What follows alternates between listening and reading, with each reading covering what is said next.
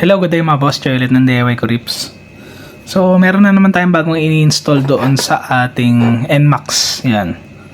So, ito is signal light buzzer. So, Toyota Denso made in Japan, 12 volts. So, ito is signal light buzzer. So, every time na magsi-signal light kayo, tutunog to. Hindi ito yung first time na mag-install tayo ng buzzer, no? Meron akong video yung nagawa niyan kung paano magkabit ng buzzer dun sa NMAX B2. Kung saan nyo itatap yung mga wire, meron ng ganun, ano. Kaso nga lang, yung buzzer na nabili natin, no, e-bike yung datingan, yung tunog niya pang e-bike. Yan. So, meron ako nakita sa Shopee ko to binili. Yan. Toyota Denso. So, ito, maganda yung tunog nito, no. Sound check natin. May dalawang wire siya. So, ito is walang polarity. So, kahit na magkabaliktad yung positive at negative, pwede. Supplyan natin ng negative.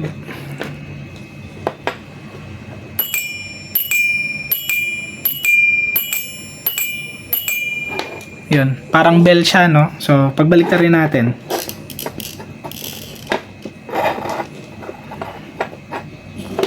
Yan.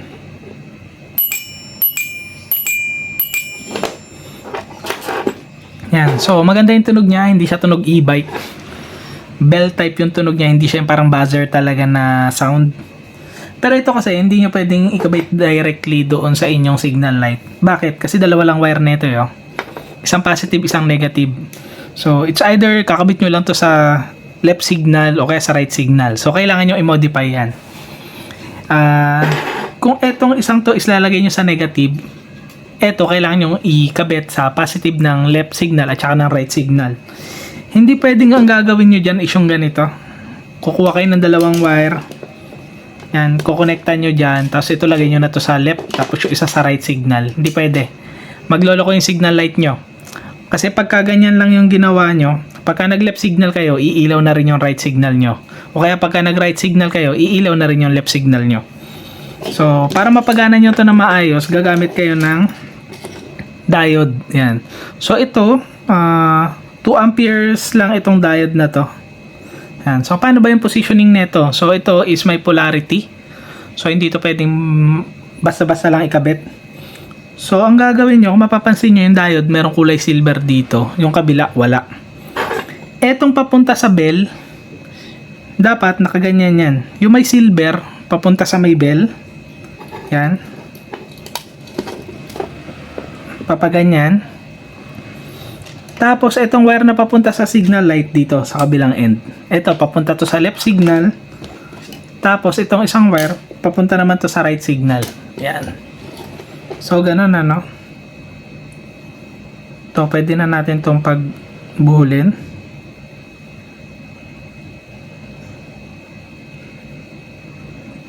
So, pagka naglagay kayo ng diode, pagka nag left signal kayo, left signal lang talaga yung iilaw.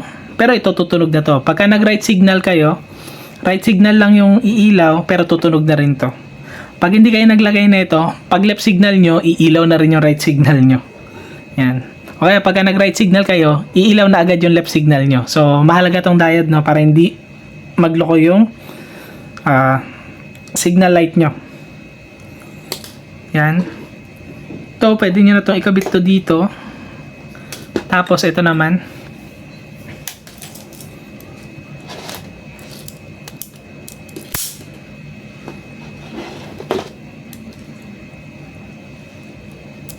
Napaka-convenient pagka meron kayong ganitong tools. Yan. So, ang gagawin ko, hihinangin ko na lang to. Yan, hinangin ko na muna to. Pati ito. Pagka to, nahihinang ko to, kayo, no, pwede nyo nang i-connecta to dito. Pero ako kasi iba yung gagawin ko. Ang gagawin ko, bubuksan ko to. So, ito is, tatago ko na to dun sa loob. Yan. Pati itong diode, nandito na to sa loob. So, gagawin ko na muna, no, tapos papakita ko na lang sa inyo mamaya. Bale, ito na yung bell natin, no. Inangat ko lang tong 4 na paa. Yan. Mahugot nyo na to. Yan.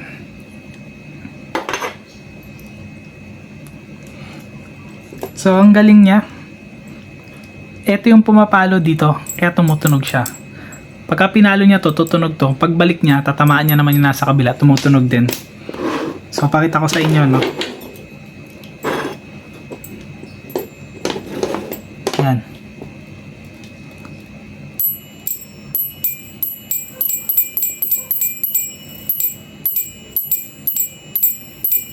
Yun. Ganun siya nagwo-work. So, ang gagawin natin ngayon,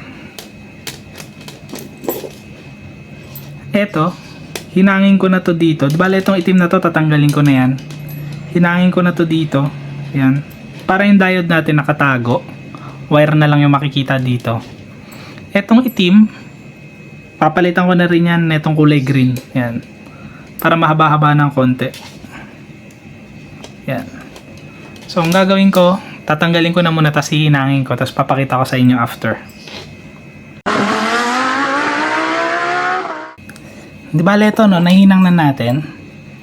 Yan. Kung mapapansin nyo, ito yung sa positive, papunta ng signal light. Left and right.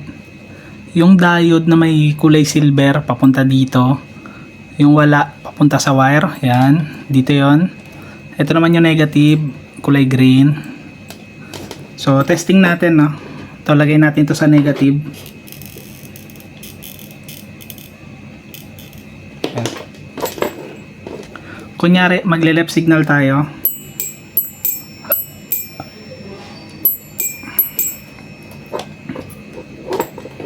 Ito namang isa, right signal kunyari. Ayan. So, okay na siya. Gagawin na lang natin. Babalik natin yung pinakatakip. Ito.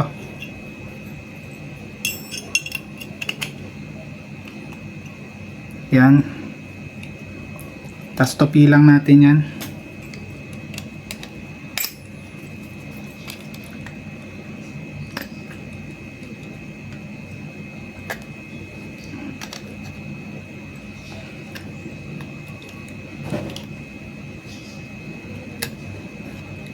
Yan. So, okay na siya. Tapos gawin nyo ganito. Tapos ito yung negative.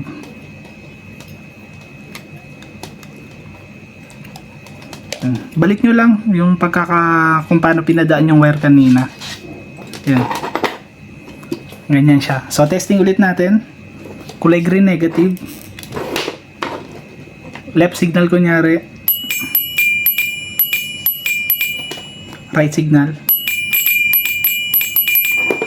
Yan. Tapos, ang gagawin nyo na lang ngayon, eto, lagay nyo sa negative. Eto, papunta sa left signal at saka sa right signal. Yan. So, madali na to. So, kayo nang bahala kung paano nyo siya ikakabit.